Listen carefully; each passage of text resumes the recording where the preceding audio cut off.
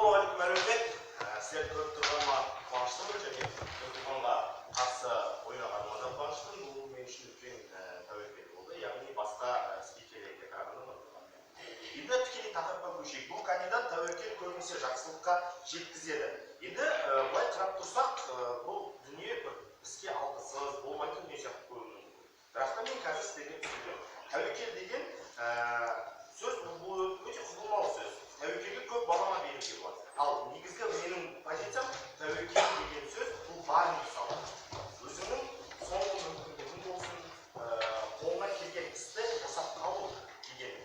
Және тәуекелге бару деген сөз, яғни одан жақсылыққа жеткізу деген сөз, өміріңді сақтап қалу деген сөз емес. Тәуекел жолында адамдар өмірін де қиып жатады. Бірақ біз қалаған, яғни жақсылыққа деген сөз, ол көбінесе, яғни жақсылыққа жетеді деген сөз, сенің ойыңдағы қалаған дүниеге, нәтижеге жету деген сөз. Ал көбінесе деген нәтижеге біршама жақын, яғни көп жағдайда нәтижеге жетуге мүмкіншілік бар. Ал егер біз тәуекел жасамайтын болсақ, нәтиже бәрібір белгілі, құрды. Яғни, ал тәуекел белгілі бір тарапта, сол мүмкіндікті пайдалану арқылы нәтижеге жету. Мүмкін нәтижеге жетпей де қалуы мүмкін, бірақ көбінесе бұл дүние ақталатындығын бүгін мен сіздерге дәлелдейтін боламын. Сонымен бірінші аргумент менде барыңды салуға, мендегі құндылық ол жақсылық, оған мен тәуекел арқылы екен. Яғни менің жақсылық деген ол өзімнің қалаған дүнием. Яғни оның тәуекел арқылы екен. Менде таңдаулар көп болуы мүмкін, бірақ тәуекел келген кезде сен ешқандай да таңдауды көрмейсің, және тәуекел бұл жерде маңызды болады. Сонымен бірінші аргументім мен барыңды салу деген аргумент ұсынамын. Енді мен бұған кішкене болсын түсіндіріп өтейін. Мысалы, кейбір көптеген мамандықтар болады өмірде. Бірде ақталады, бірде ақталмайды. Бірақ та ол көп жағдайда қай кезде ақталады? Мысалы, тарихқа көз жүгіртетін болсақ, шырақтың іс-әрекеті. Сақ кезінде білесіздер ғой, парсының пәленбайының қолы келе жатады. Сол кезде шырақ, яғни қойшы не істейді? Ол тәуекелге барады. Үсті басын қанша тіліп, қанын шығарып, аналардың алдына барып, мені сақтар сатып кетті, мені сақтар не істеді деп, сол шөл далада, сол Дарийдің әскерін 10 рет айналдырып, аналарды шөлден қадап, соны өлтіреді. Көрдіңіздер ме? Ода қандай жол бар еді? Ол өзінің жағдайын ойлап, немесе қойдың арасына тығылып қалуға оның мүмкіншілігі бар еді негізгі жағдайда. Ал ол болса, сол бір іс әрекетімен 40 мың қолдың, яғни құрдымға кетуіне, яғни нәтижеге жетті. Және ол сәйкесінше ол сол Дарийдің әскерлерімен бірге ол байғұс өліп кетті, бірақ та белгілі бір таңда нәтиже жақсырақ. А егер шырақ жасамағанда не болатын еді деген сұрақ туындайды. Шырақ жасамаған кезде сәйкесінше оның халқына, оның көптеген бала-шағасына, әйелдерге сол ұрпаққа қауіп төнеді. Демек, шырақ өзінің бір ғана жүрегін қию арқылы, ол тәуекел арқылы нәтижеге жетіп тұрғанын түсіндіріп береді.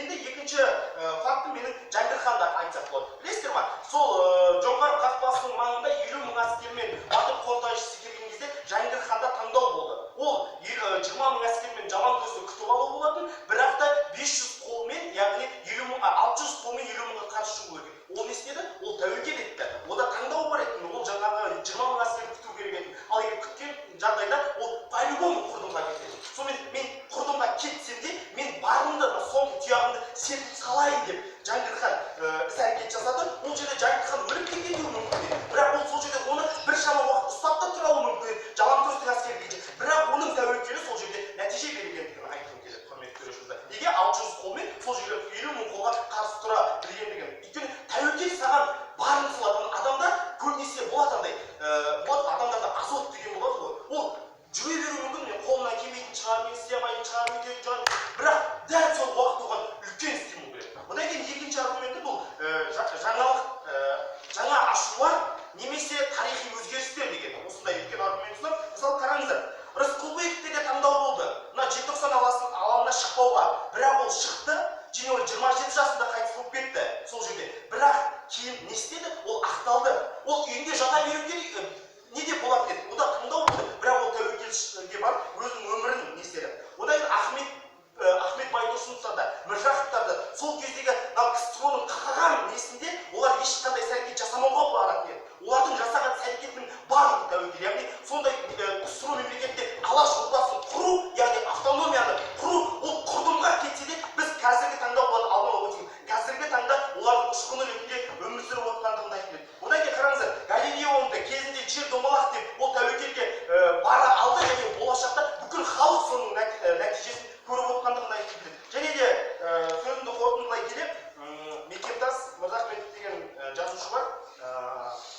арасында мынандай таңдау болады. Үйіне қасқыр шауып, қызы мен мекемтасы бар, сол екеуі, үшеуі тұрады.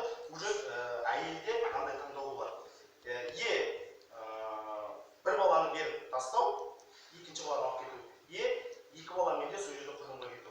Ол қызды тастап, мекемтасты алып кетеді сол жерде. Қасқырдың аузынан қызды тастап. Және сол тәуекелге баруы мекемтастың қазіргі таңда қазақ әдебиетіне үлкен дәрежеде көмек бере алғандығын, яғни мекемтастың үлкен тарихи дүниелер жаза алғандығын, яғни қыздың жанының титтей де болса сауабы соның бойынан табылғандығын айтады.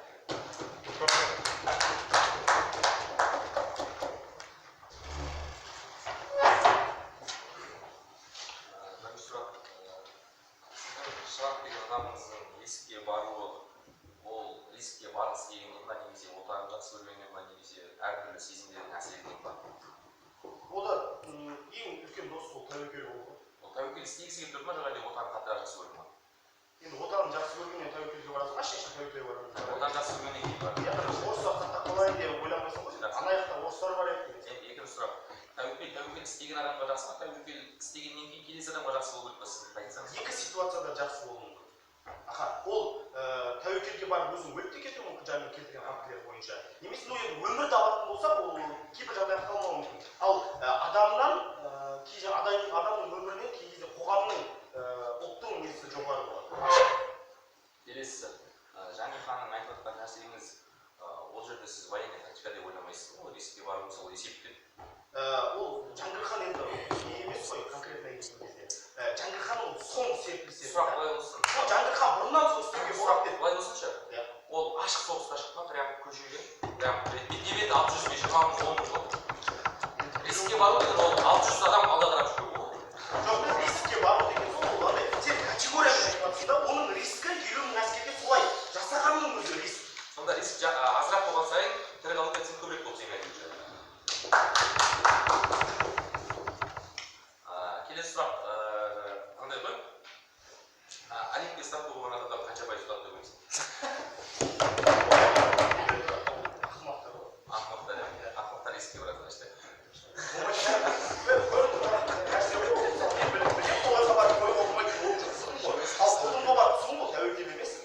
Темекшілігі жаман, ставкалығы жаман екен, бәрі біледі, бірақ бәрі шегеді, бәрі істейді, бәрі қояды. Неге? Сен темекі шекпеуге мүмкіндігің бар ма? Болды, сонда.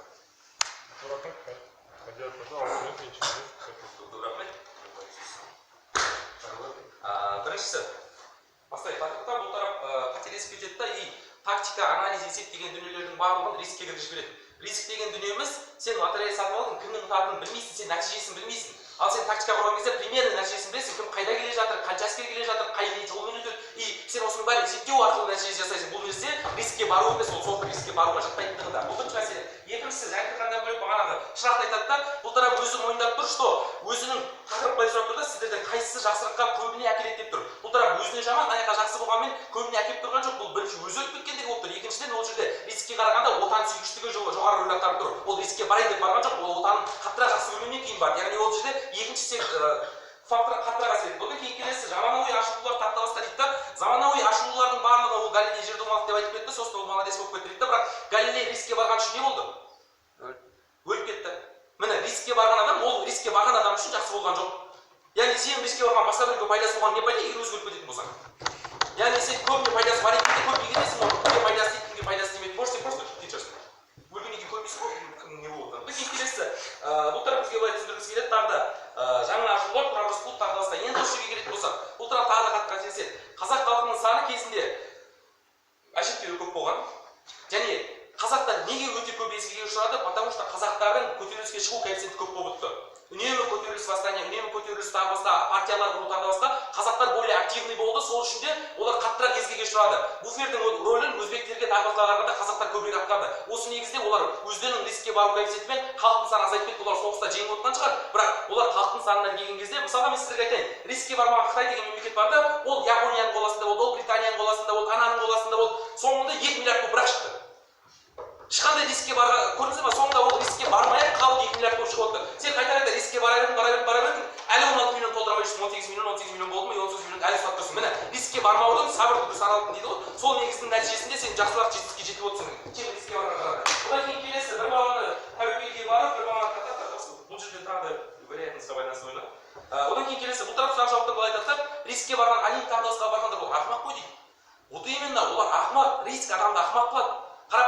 сіздер ойлайсыздар, сіздер бір нәрсе қойып отқан кезде ұтыламын деп кім қояды? Барлық сұрақ қойып отқандар ұтамын деп қояды. Бірақ 90% ұтылады да 10% ұтады. Не болып тұр? Значит, ұтатын адамдардың коэффициенті ол еще ол күнде ұта бермейді ол ұтқан адам. 10 рет ұтылып барып, бір рет ұтпаған есінде қалады да мен ана кезде ұтқанмын деп соны айтып жүрді. Қазір осындай нәрселердің барлығы, бірақ ол алдындағы ұтылғандардың бәрін ұмытып кетеді, өйткені бір қуаныш ананың бәрін ұмыттырып жібереді. Бірақ ол нәтижесі көп екендігін білдірмейді. Яғни сәйкесінше осы жерде ойлауымыз керек. Одан кейін келесі жалпы түсінікті деп ойлаймын. Енді осыған байланысты мен жақсылық дейді. Жақсылыққа тәуекелмен баруымыз керек дейді. Біріншіден былай айтайық ғой, тәуекелге бару және есеп деген нәрсе бар. Бұл тараптан айтылған барлығы есеп, тактика, бағанағы мысалға Жәңгір ханның соғысуының өзі таулы аймақта ол неге запад дейді, сондайда күтіп отыру арқылы соғысқан. Ашық соғысқа 600-20 мың немесе 600-10 мың соғысқан жоқ олар. Ол 600-10 мың соғысса онда рискке баратын еді. Менің бір нем анау 10 мың адамның 1000-ын өлтіре алады дейтін болса, онда ол рискке бару. Ал олардың есептеп таулы жолдарды жақсы білуі немесе соғыс тактикасын дұрыс құра білуі ол риск емес, ол есеп анализдеді. Олар қай жолдан өтетінін білді, тыныштық жіберді тағы басқа. Осы деңгейде. Енді өзіміздің кейсіме келетін болсақ, мен өзім кейсіме келетін болса, біріншіден мен мына нәрсені түсінгім келеді. Сіздерге жалпы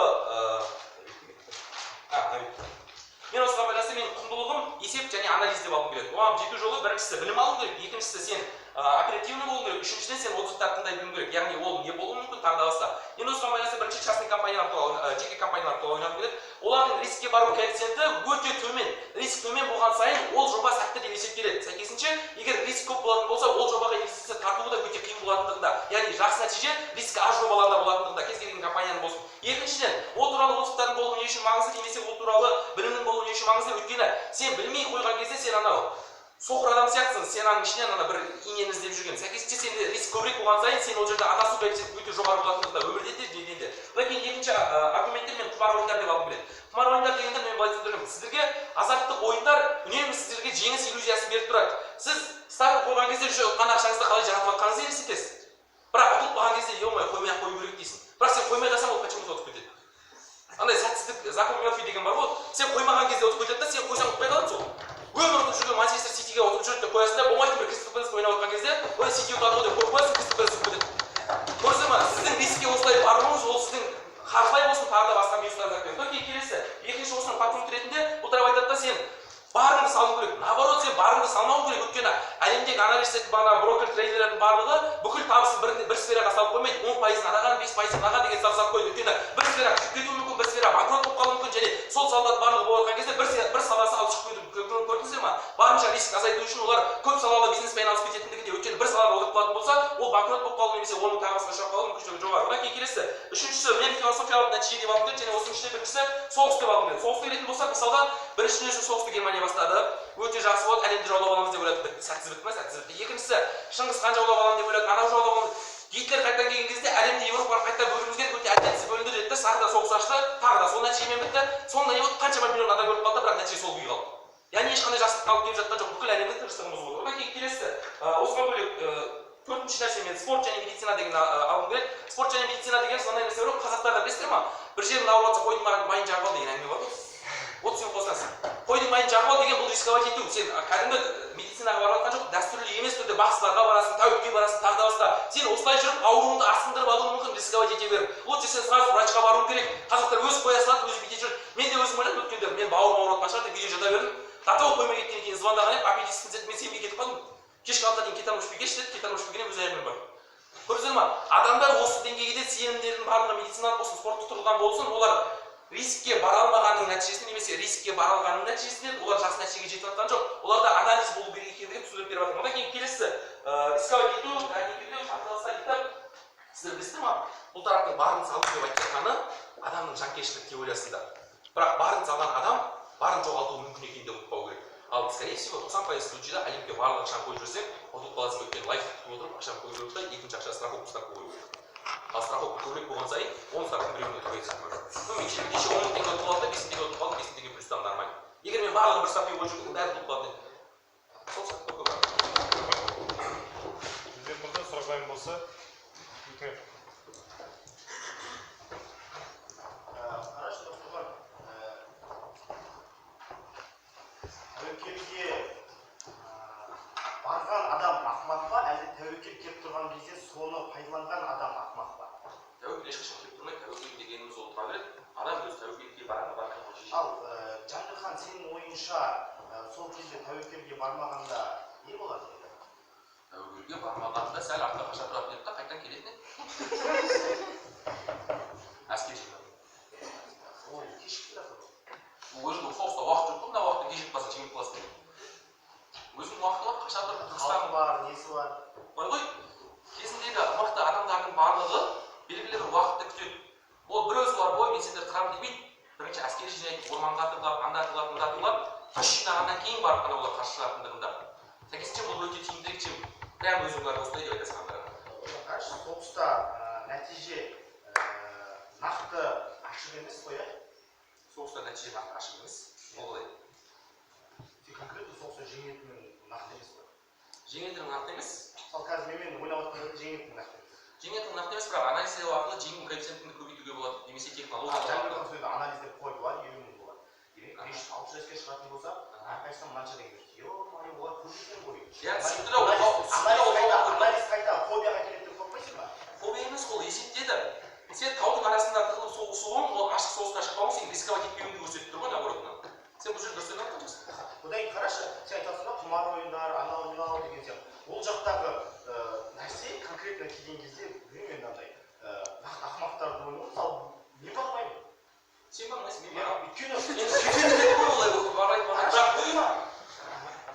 Ставку қоятындар коэффициенті қоймайтындар бар, дәл қазіргі заман. Жақсы, рахмет. Бір минуттан. Жақсы. Нұртуған айтып жатқаны бұл тәуекелге өзі бару. Тәуекел бұған келіп тұрған жоқ. Алип үйіне жүгіріп келіп, Нұртуған давай тіксе, тәуекелге болса соғасың деп жатқан жоқ конкретно. Бұл өзі бар батырған. Көрдіңіз ме? Бұл сол үшін ақымақ. Ал бағанағы мен ситуациямда Жәңгір ханды ешқандай ситуация келіп тұрған жоқ. Ода жасау керек, или жасамау керек. Конкретно. Сол кезде 600-дан сақтап қалу керек, или конкретно соғысу керек. Жаңағыдай. Бұл кісі былай мені бұрып жатыр да, оныкі тактика, анау қанша тактика мықты болғанмен, неге 50 мың әскермен жеңгені? Оларда да тактика бар ғой. Ал ол 50 мыңға қарағанда Жәңгір ханның әскері ол күтпеген жерде тәуекелге барды, өйткені ондай нәрсе болмайтын, абсурд дүние екенін айтып. Одан қараңыздар, бізде Галилео өліп қалды ғой дейді. Енді қараңыздаршы, Галилео өліп қалған шығар, базар жоқ. Бірақ жердің домалақ екенін түсіндік қой, нәтижеге, тәуекел нәтижеге жетті ма әлде, или әлі төрт-үштен жүріңдер. одан кейін алдан 10 секунд, 15 секунд. Химиядан да бар анау, Кюри ма, солар өздері эксперт жасап өлді, бірақ ашып кеткен анау. Сондай бір элемент ашып кеткен еді. Мен бұл тараптың ойын түсінбеймін, ғылыми жаңалықтың барлығына ашылуының ол жақсы нәтижеге алып келеді деген білмеймін. Мысалға, атом бомбасын ашқан кезде оның бірінші атом энергиясын алу үшін аштыра, кейін ядролық қаруға айналып кетті. Бұл бірінші мәселе. Екіншісі, радарды ойлап тапқан адам өзі гаиге соқпаған кезде айтқан екен, сендер мені бүйтіп өзімді ұстап алатын деген кезде мен ойлап таппайтын едім ғой деген. Бірден өзіне зиян келтіріп тұр, оны ойлап тапқан шығар, бірақ ол пайда әкеліп жатқан жоқ мен. Одан кейін келесі үшінші нәрсе. Сұлтан Майданда тәуекелге бару ол Олимпия қоятын ақымақтардың ісі ғой дейді. Бірақ Олимпия бір қойған адам екінші рет қоятын болса, бір рет рискке барған адам екінші рет рискке баруға, яғни құмарының оянып кететінін келісіп тұрса, сәйкесінше бұл нәрсе естеп тұр, сені косяктан тығып жатыр, яғни сен біреудің газдасың, тағы газдасың, біреудің газдасың, тағы газдасың, и сәйкесінше соңында үй сатасың, немесе суицид боласың, немесе тағы басқа нәрсе жасасың. Одан келесі карта ойнайтын адамдардың негізгі принципі не екенін білесіздер ма? Банкке барған кезде олар өзінде ештеңе жоқ екендігін біліп тұрса да барады да, бірақ ұтылып қалған кезде сол адамдар асылып қалады. Түсініп тұрсыздар ма? Ол жақсы нәтиже деп есептемеймін. Жақсы нәтиже деген сенде минимальный риск болу керек, сол кезде ғана сенде жақсы нәтиже болады. Яғни рискті адамдар оценить еткен кезде ғана осы нәрселер болатындығында. Ал бұл тарап көрсетіп жатыр, что рискке 600 әскермен соғысқанын жарылыстарында, бірақ 600 әскермен ол прямой шығып кеткен жоқ деп тұр.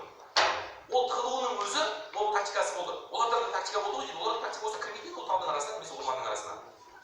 Оларда қателігі болды. Екі тактикада екі жақта да тактика болмайды деген сөз емес қой. Екеуінің тактика бар, біреу жасырақ істеп болды. Мен түсінігім бойынша, қараңыздаршы, бұл кісі былай айтады да, ең үлкен бұның идеясы анау не ғой, құмар ойындар ғой. Демек, тәуекел бойынша ол қадалып қалып тұрса, ол тәуекелден шықпай тұр. Демек, бұл кісі жасамау керек бұл нәрсені.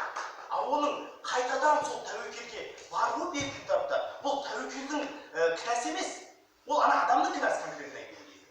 Түсіндіңіздер ма мені? Өйткені бұл тәуекел неге көп жағдайда жақсылыққа апарады, сен бағытың бар, сен өмір бойы бір нәрсені істеп келе жатасың, и соңында сенің ешқандай мүмкіндігің қалмаған кезде қолыңды созуың, бүкіл энергияны шығаруың тәуекел арқылы нәтижеге апарады. Ал бұл түсінігім күнде жаңа тәуекел бар, қадалып қала береді, күнде тәуекелге бар, қадалып қала, сенің қуғандағы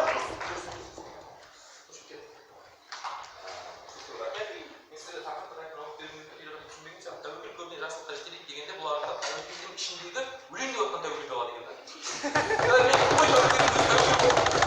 тақырып сенен өлең деп отқанда тәуекел ақталма, ақталмай ма деп тұрып тұрған жоқ. Өлең деп отқан тәуекел ақталып, потому что сен оны тірі қалдыру керек, немесе медицинаның өзінде ең крайний вариант ана электронемен ұрады. Адамға зиян болса да. Бірақ ол ең крайний вариант. Ең крайний вариантта ақталатындығы бүкіл тәуекел ақталады дегенді білдірмейді. Сен көбіне екенін дәлелдеп беру керек. Маған онда тәуекелді 10 категорияға бөлді, 9-ында пайдалы екенін дәлелдеп бер. Тақырып саған өлең деп отқанда тәуекел сұрағансың бір сен ол екі келесі екіншісі. Отырып айтады тәуекелге күнде қадала беру дұрыс емес қой дейді. Тәуекелге күнде қадала беру онда дұрыс емес болады болса, тәуекел күнде жақсы нәтиже көбіне жақсы нәтиже әкелетін болса, күнде қадалмайтын болса, 10 рет тұрғанда 9 рет тұтатында бір рет қадалмайды. Значит, сен күнде қадалып отырсаң, онда тәуекел сен бағанада айтып жатқан жақсы нәтиже әкеліп жатқан жоқ. Одан кейін келесі үшіншісі. Бұл тараптың тағы бір несіне келейікші. Жақсы ақылды адамдардың не екен да бұл бір ресікке баратын болды екен ұтылып қалса бармай қоятын, бірдеңеге барады да тағы дұрыс болмай қалса бармай қоятын. Онда бұл тарап мен көп ойнап отыр. Адам есептеу керек, анализ істеу керек. Сол кезде ғана жақсы нәтиже шығады. Тәуекелге бара беру керек. Өзім ойнап тұрмын, екінші жерде тәуекел бармай қойшы дейді. Вот, онда барса жаман болады, бармаса дұрыс екен дәлелдеп маған. Жақсы. Бұл кісі айтады, есеп және анализ арқылы жетемін дейді. Бірақ та біз білеміз ба, көбінесе нәтижелер ешқандай сенің қолыңнан келмейтін іс-әрекет тақаған кезде әйтеуір болса болды, болмаса болды деп жасаған іс-әрекеттер көп жағдайда нәтижеге жеткізіп жатады. Түсіндіңіздер ме мені? Мысалы, сенде мүмкіндік жоқ ешқандай. Мен жаңағы айтқан Жаңгірхан болсын, ол Жаңгірханның по сути мынау ақылды адамдардың есіне анализіне салатын болсақ, 600 адаммен 50 мың әскерге қарсы шығу деген бұл ойға қонбайтын іс-әрекет. Ал оның конкретно келген кезде бәрін тастап іс-әрекетке көшуі, яғни тәуекелге баруы белгілі бір тапты. Ақталып тұр деймін. Енді қарашы сен, кез келген анализді жаса, кез келген дүниені жаса, мысалы, кезінде Бауыржан Момышұлы пәленбай әскерімен барады, бірақ көп жағдайда ұтылып қалып жатады, ұтылып қалып жататын болған. Ал ол не істейді? Бір 10 адаммен ол үлкен тәуекелге барады. Яғни 10 адам жинап алады, үлкен тәуекел, и сол тәуекелі басқа адамдарға серпіліс береді. Бір сөзбен айтқанда. Мен тәуекелдің жаман нәтижеге әкелетінін байлайтын келеді. Бағана желі болып қалды ғой. Менде таңдау болған кезде мен сәл слабидау кім таңдап алдым да бағана. Таңдау болмай қалған еді, Ерғали түсіп қалды. Жақсы нәтиже ма бұл маған? Өте қиын соперник, финалда ойнауға мүмкіншілігі бар соперник та. Мен осы кезде кездескенім маған өте ауыр. Мен мына кезде ұшып кеткім келмейді, хотя финалда екінші орын алып кеткім келетін шығар. Көрдіңіздер ма? Сізде расчет болған кезде сіз жақсырақ таңдау жасай аласыз. А рискке барған кезде қандай адамдар түсіп қалуы мүмкін. Одан кейін келесі екінші нәрсе. Жаңғыртқаннан жалпы бүкіл әлемдік неге өтейікші. Қазақстанның несін білетін болтаймыз. Тесте спартанский деген киноны көрдіңіздер ма? Бұрында ежелгі грекияда полистар деген болған кішкентай 300 адамнан тұратын әртүрлі бөлінетін. Солар қазір қайда деген сұраққа жауап берейікші. Солар қазір қайда? Жоқ. Өйткені олар риске бар. Барын салып. Жарқын салып үлгерді.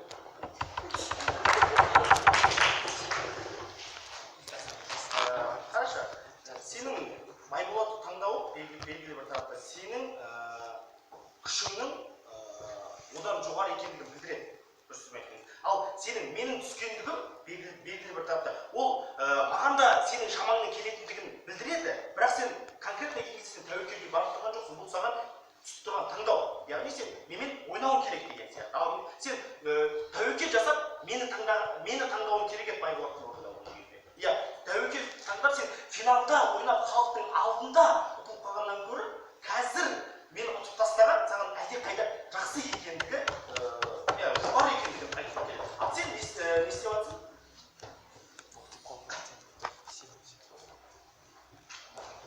Бұл тараптың ойынша 1-8-де ұтылып қалған финалда ұтылғаннан жаман екен. Менің ойымша финалда ұтылған жақсырақ, чем 1-4-те ұтылып қалған қарағанда. Себебі, қандай ғой, ескендірістің айтқан сөзі бар. Адам жоғары нәтижені қаншалықты жоғары болған сайын, оған жету қиын болады, бірақ оның жететін нәтижесі бастарынан жоғары болады. Неге? Себебі сен 50 кубокте алам деп қоюың мүмкін, 50 кубок алмай қалуың мүмкін, 10 кубок, 15 кубок қалуың мүмкін да, бірақ сен өзің нәтижеңе жеткен жоқсың, бірақ сен жетіп жатқан жетістігің өте жоғарырақ. Ал сен рисковать етіп отырып бұл айтады да, нәтижені шығарған кезде лотерея сен бағана таңдаған жоқсың ғой дейді. Таңдаған жоқ екендігінің өзі риск. Сен өйткені бағана почтаға барып кредитке қоятын болса, сен ойды таңдаған жоқсың, қатты жүгіретін дайындаған жоқсың сен оны. Сен просто мынау түсіп қалды саған, болды. Ұнап қалды немесе түсіп қалды немесе қағаз бойынша түсіп қалды. Бұл риск. Сен не болатынын білмейсің. Мысалы, бағанағы жребийге өткен кезде адамдар таңдады ғой, біреуінде қағазда өтпейсің, біреуінде өтесің деген деген бар да. Олар осыны таңдау кезінде уже рисковать етіп жатыр.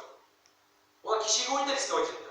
Әлсіз ойнады немесе төрешілерге ұнамай қалды. Соның нәтижесінде олар бүгін өтпей қалды. Ол жақсы нәтиже деп есептейсіздер ма? Ал рискті минимизировать ету өзің максимально ойнауға керек. Рахмет. Соңғы қояйық. Қараңыздар. Пікірсайыс туралы айтып жатырмыз ғой.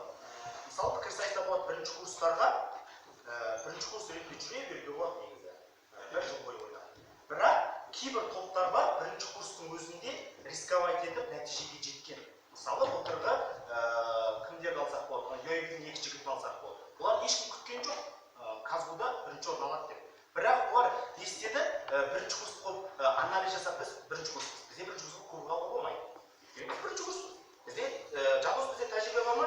Жоқ, бізде тәжірибе жоқ қой. Сондықтан көруге алмаймыз. Деп олар анализ арқылы өздерін сол рамкаға қамап тастауға болады негізі. А бірақ не істеді олар?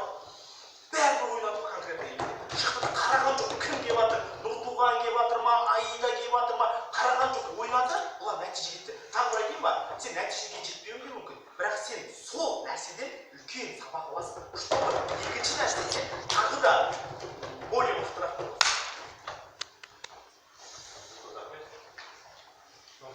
Сіздер білесіздер ме, дебат клубының атырау болған кезде 100 адам келеді да, соңында бір 10 адамға құлады. Оның бәрі құралдық сияқтыларына құлады да, сынбағандар қалады, бірақ бастан кетіп қалады. Бұл нәрсені енгізуді нәтиже жақсы емес. Одан кейін екіншісі. Отырып айтады, UAB-дің 2-ші курстары дейді да, мен сіздерге айтып жатырмын, арнайы білім, анализ, есеп деген болған кезде, олардың риски минимальный болады. Мысалға, бір минаны жарылмайтындай қылу керек та, и әдебиетші барсын, сосын арнайы білімі бар адам барсын. Қайсының риски аздау, ананы жарылып кетпеуіне кепілдік беру керек. Білімі бар адамның, анализ істей алатын адамның, білімі жоғары адамның риски азырақ болады. А риски аз болған адамның қаупі де аз болып тұр. Көрдіңіз ма? Мысалы, әдебиетшіні барына бомбаны жарылмайтындай қылып 15 секунд беремін дейтін болсаң. Мұхтар Әуезов айтқан жарылма деген деп айтпайды ғой саған. Дұрыс па? Ондай әңгіме айта алмайды. Оның білімі, оның анализ істеуі, ол нарықты түсінуі, оның рискін төмендетеді. Ал риск төмен болған сайын оның тірі қалу коэффициенті көбейе береді. Сол үшін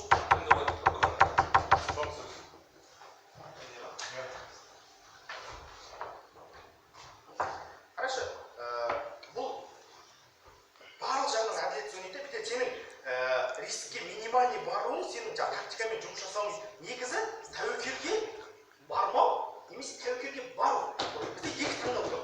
Сен или тәуекелге бармай 600 адам сақтап қаласың, или тәуекелге барып 600 адам өлсе де сен нәтижеге жетесің. Бұл кісі маған көрсетіп беру керек еді ойын барысында.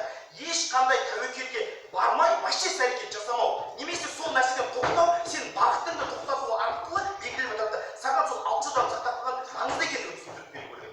Бағанағы шырақтың конкретно келген кезде ода өздерің ойлаңдар, дені дұрыс адам үстін тіле ма былай конкретно тіл барады да, ана адамдарға барады. Ол тәуекелге барды, ода таңдау болды, құмның астына тығылып қалуға, қойдың ішіне кіріп кетуге, мүлдем тәуекелге бармайды. Өйткені ол тәуекел оны өлтіреді ғой. Тәуекел оны нәтижеге жеткізбейді. Тәуекел анализ қоятын болса 40 мың әскерге бір адам.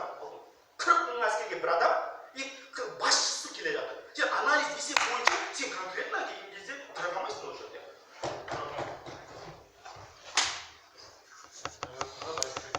Соңғы сөз 5 минут тарапқа. Бұл тараптан айтуы бойынша бағана жұмыстағы шырақтарды баста дейді да, ол айтады, басы әскерін Дариннің әскерін шатастырды, адастырды, тағы баста дейді да, оны адастыру үшін ол жерде ол жақсы білу керек қой, өзі адасып кетпеу керек қой. Именно өзінің несіне апарып қоймау керек қой, ол білу керек, что мына орында адастыруға болатын, немесе бір алыс су жоқ жерлерге апарып тастау деген сияқты нәрселерді білу үшін, ол жерде қай жерде су жоқ, қай жерде су көп, соның бәрін білу керек. Оның да арнайы білім болды, сол үшін адасады. Біріншісі. Екіншісі, бұл тарап көрсетіп береді. Есеп бізде 600 адамға барды, тағы да басқа дейді да. Мен бұл тарап көрсетіп бересінші дейді, мен көрсетіп берген бағана Индияның мысалы ешқандай көтеріліске, рисковать етіп көтеріліске шығуына болар еді. Бірақ олар көтеріліске шықпай ешқандай қантөгіссіз-ақ тәуелсіздік алды. Индияда алды, жарым миллиард. Қытай барлығына бағына берді да, бірақ соңында бәрібір тәуелсіздігін алды, 2 миллиард болып шықты. Қазақтар 6 миллион болды да, көтеріліске шығарып, әлі 18 миллион болып шықты. Бірақ сол кезде сол Мысырмен бірдей болған кәсіп Мысыр 80 миллион. Екеуінің нәрсесі көп тұрсыз ба? Екеуінің қайсысында не көбірек, зиян көбірек? Осы нәрсені түсініп жатқан жоқ. Одан кейін келесісі. Дебат білім тағы басқа дейді да, бірақ бұл тарап контраздыр. Ойын бойынша мына нүктеге жауап бермейді. Сіздің бір рискке баруыңыз екінші бір рискке алып келетіндігін. Өйткені сен біреу өтірік айтатын болсаң, рисковать еттің. Өйткені ол шынын біліп қоюы мүмкін. Бірақ сол өтірік жабу үшін тағы өтірік айтасың сен. Мама, ақшаң бар ма дейді, ақшаң бар дейсің. Кредит аласың. Кредит жабу керек болды, ақшаң бар ма дейді, ақшаң бар дейсің. Тағы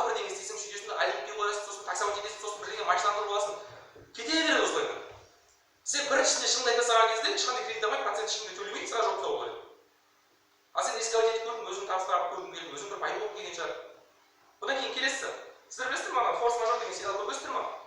Сол кинода рискке барған адам соңында не болды? Ақыры түрмеге өтті. Рискке барып келді, юридический диплом жоқ, просто барды да мен оқығам, осындай деп бәрін алдады, мошенничество жасады, бірақ бәрі соңында түрмеге отырды. Немесе ана кино «Catch Me If You Can» деген кино бар, и ол жерде де то же самое. Бәрін алдады, бәрін рисковать етіп жүрді, біресе врач болды, біресе пилот болды, біресе юрист болды. Сонда бәрін ұсталды. Кімге жақсы нәтиже алып келді? Рисковать етуі. Өзіне де алып келген жоқ, қоғамға да алып келген жоқ. Қаншама адам зиян шекті. Одан кейін келесі, бұл тарапқа түрлері бойынша жауап бермейтіндігінде, мен бұл тарапқа көрсетіп беремін. Компания болсын, кез келген тендерный проект болсын, кез келген бизнес жоба болсын, минимальный риск болған сайын, оның привлекательності өсе береді дейді. Яғни инвестиция құю болсын, даму болсын, тағы басқа. Бұл тарап оны тегінде жауап бермейді. Екіншісі, мен бұл тарапқа айтамын, страховочный фондтар не үшін пайда болды, чтобы рискті жоқ қылу үшін. Мысалы, сіздің пенсионный фондтарыңыз неге нацбанк страховать етеді? Потому что нацфондтағы МПФ-тағы биржаға қойылып сатылатын бағалар бір күні акциялары түсіп кетуі мүмкін, немесе олар көтеріліп кетуі мүмкіншілігі бар екенін біле тұра, сол кезде бірдеңе болатын болса, жилищный фондта немесе тағы басқа сіздерге сол ақшаны қайтарып беру үшін страховать етеді. Көрдіңіздер ма? Ол страховать еткеннен кейін де адамдар соған салынып салады. Өйткені сол кезде ғана сенім пайда болады. Рисковать ететін нәрсеге адамдар салмайды. Ал адамдар салатын болса, ол тарап ақымақ болады дейді. Ол тарапта да ол дұрыс емес екенін көрсетіп тұр. Одан кейін келесі, үшіншісі, бұл тарап мынаны келіп отырады тағы да. Бұл тарапқа айтамын мен, сен рисковать еткен кезде тек қана пайданы көресің дейді. Мысалға сен рисковать еткен кезде ұтылып қаламын деп ойламайсың. Мысалға мен жеребен алған кезде немесе тағы басқа дүниелер болған кезде адамдар только жеңісін көреді. И осы қате пікір оларды қайта-қайта қоя беруге алып келеді. Мысалға мен қоя беремін деп қойып жатқан жоқ, мен әлі қойып жатырмын, потому что осы рисктен кейін уже сол рисктің атын жабу керек болды. Тағы рисковать ету керек, чтобы ана риск жабу. Енді тағы ұтылып қалып сол ақшаны қайтарып аламын дейді, тағы да қоямын. Біреуден қарыз алып қойып қоямын, анадан қарыз алып келіп қоямын, сонда өз-өзімді асып қоямын. Ақша жоқ. Көрдіңіздер ма? Соңғы нәтижесі дұрыс болып тұрған. Одан кейін келесі, бұл тарап айтады да, ой, тактикасы істедік, бүйтіп, сөйтіп дейді, бірақ нәтижені жоққа шығара алмайды. Адамдарда неғұрлым есеп жоғары немесе білім жүйесі жоғары болған сайын, риск аз болған сайын, оларда нелер көп болады. Бұл тарап айтады да, ананы былай бұтап атып ашып жіберді, мына бір элементті бүйтіп ашып жіберді дейді. Бірақ ол арнайы соған деген білім болмаса ашып жібереді дейді. Тесла мен Эдисон мысалға ашып просто жүрді да, аша салайықшы деп аша салған жоқ қой. Қаншама жыл зерттеулер кетті, Эдисон мысалы 10 түрлі вариантын жасап көрді, и соның нәтижесінде ол сол нәтижеге жетті. Анау соны қаншама адамнан қашып жүріп істеп көрді, соның нәтижесі соған жетті. Бірақ олар просто бір рет рисковать етіп берейікші деген жатты. Былай болды ғой, ертең өткізеді болды. Ондай болған жоқ. Одан кейін келесі, енді мына нүктелерге жауап берген жоқ. Біріншіден, соғысқа байланысты көрсетіп беремін, немесе ауруларға байланысты. Бұл нүкте тағы да орындалып қалады. Сіздерге айтамын, медициналық тұрғыдан болсын, тағы да басқалар болсын, адам рисковать еткен кезде оның қауіп қатері өте жоғары болады. Потому что былай, мысалға сен жөтеліп жүруің мүмкін да, ойлайсың мен просто тұмауым деп. Сен бірақ рисковать етесің, что сен қоршаған ортаңа жұқтырып алуың мүмкін. Немесе сен туберкулез болуы мүмкін, сен просто тұмауын деп ойлап жүруің мүмкін. Бұның бәрі риск, бірінші врачқа бармауының өзі риск сен. Лучше рисковать етпей, просто бір жерге алып тұрса врачқа барып, осылай сол кезде көбірек кетпейсің. Қазақтардың ең көп аурулары не екенін білесіздер ме? Қазір созылмалы аурулар бар қазақтарда. Потому что асқындырып алған, май жаққан, тәуекел алған, сосын бірдеңе оқыған, сосын лечебный сулар ішкен, сосын анау телевизорда көрсетіп дәрілерді ішіп көрген. Врачтан сұраған болса, ол осында ішуге бола ма маған деп. Лучше сразу врачқа бара салу керек. Рисковать етпей, да? Одан кейін келесі. Ойынның нүктесі спортсмендерге келетін болса, дұрысын қойсаңыз, мынандай нүкте бар да, көп спортсмендер анау ахилл тағы басқа нелері үзіліп кетеді ғой. Солар ештеңе қылмайды деп ойынның до концасында ойнауға тырыспайды, тренер не үшін оларды алып тастайды.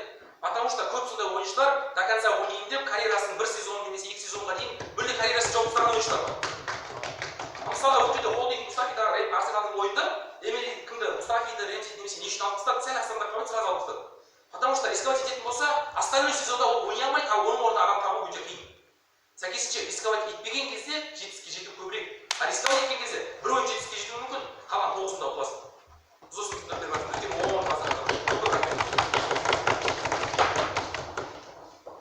Президент дайын болса, соңғысы сараптама 5 минут.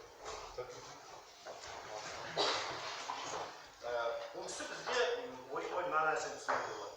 Рискке баратын адамдар тым білмейтін, еш тірлігі жоқ, әйтеуір бір нәрсе істеу керек, сосын істейтін адамдар көрсетіп береді. Ал мен айтқан жоқпын ғой шығып ең басында, рискке баратын адамдар олар ешқандай да жаңағыдай тактикасыз, ешқандай да іс-әрекетсіз іс-әрекет жасамайды дегенді білдірмейді. Мысалы, Жәңгір ханның жаңағы тактикаға көшуі оның рискі. Түсіндіңіздер ме? Ол негізгі ситуация бойынша ода таңдау болды. Жамантосты күту деген. Ал риск жасау деген Нұртуған түсінігінде давайте бәрі бөлеміз ғой, давай жүгіріп шығып, 600 адам жүгіріп шығып, аудан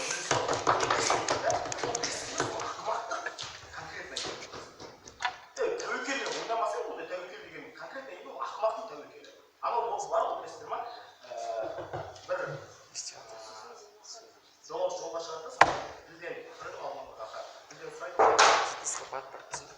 саған не керек дейді ғой саған мен басым ауырып отыр дейді мен тұрады да ол мен кетіп бара жатырмын дейді иә сонымен не істейді менің осы емім қалай жазылатынын біліп кешпейді ана сөйтіп ана барады да бір егін егіп жатқан жерге барады егін шықпайды ояқ егін шықпайтынын сұрайды ары қарай бір хандыққа барады ояқта хан